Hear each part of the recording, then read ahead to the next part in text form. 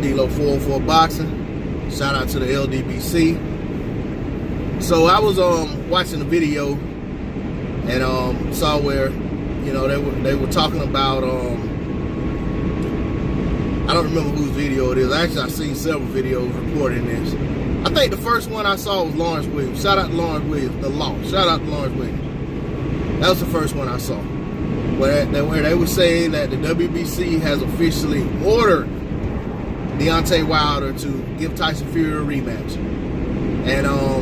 And they've also stated that if the fight ends up going to purse bid, that the split would be 60-40 in favor of Deontay Wilder. All right?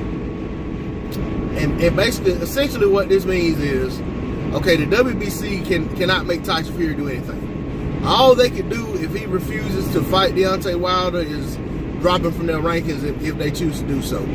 Or basically say, well, okay, we ordered the fight, now Deontay Wilder give you a rematch, and now it's up to him because when we ordered it, you walked away from it. That's the only thing they can do as far as Tyson Fury goes.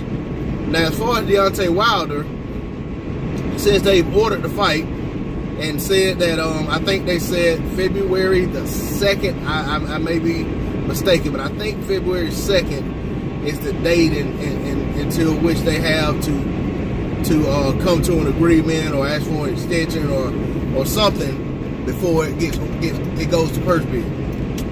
But and basically what that does is, if Deontay Wilder refused to fight Tyson Fury, which we all know that Wilder has been, you know, he's been very vocal in wanting that rematch since the fight ended in a draw.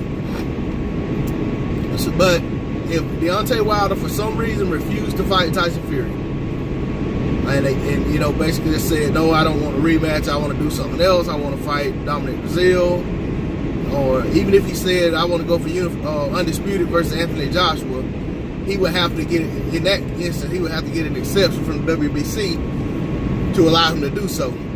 Anything short of that, Deontay Wilder could risk being stripped, and then Tyson Fury would probably be allowed to fight Dominic Brazil for Deontay Wilder's title.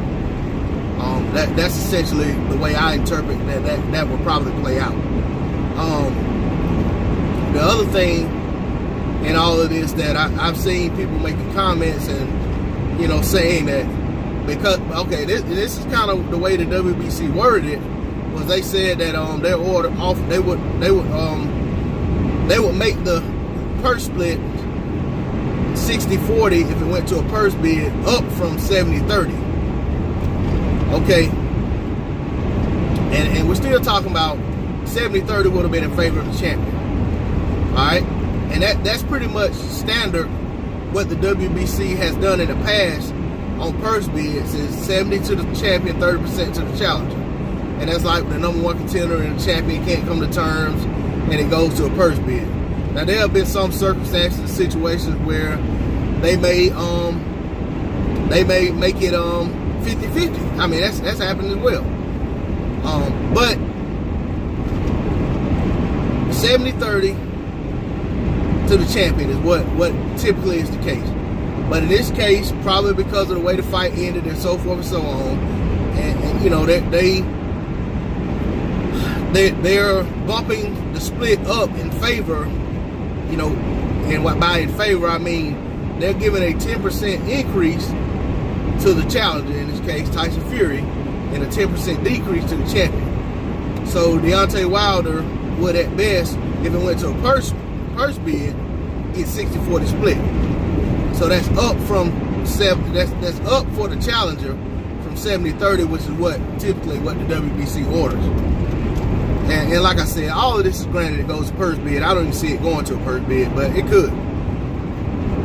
Okay, so with all that being said, you have people coming in comment sections and you know, even some people making videos saying that Deontay Wilder, because of what the WBC just said about up from 70-30, they interpret that as Deontay Wilder gave Tyson Fury 70-30 in the first fight.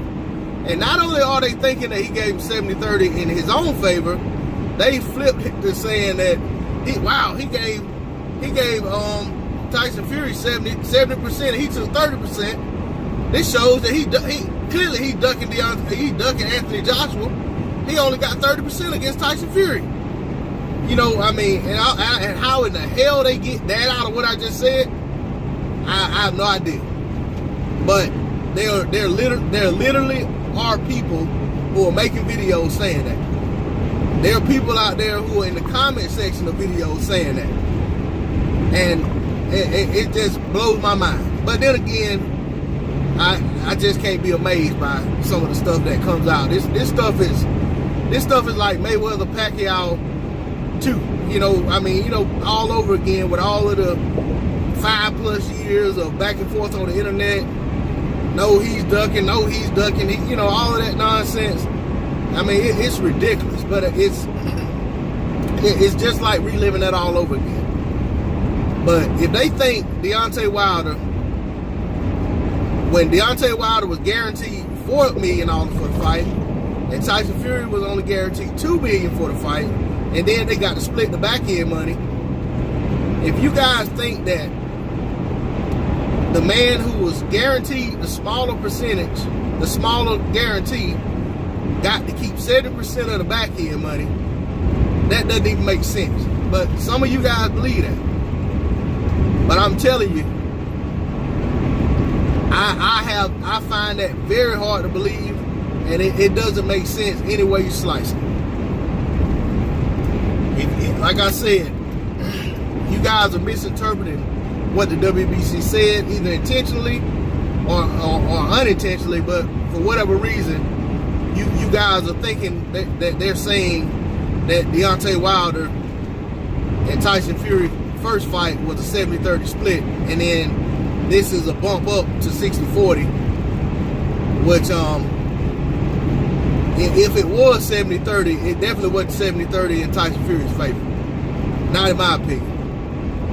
But you guys keep taking whatever said, put your spin on it, run with it, dropping videos, get your followers to believe it, and come into everyone else's comment section arguing that point. But it doesn't hold water. Hey, this D-Lo 404 Boxing. I'm out. Peace.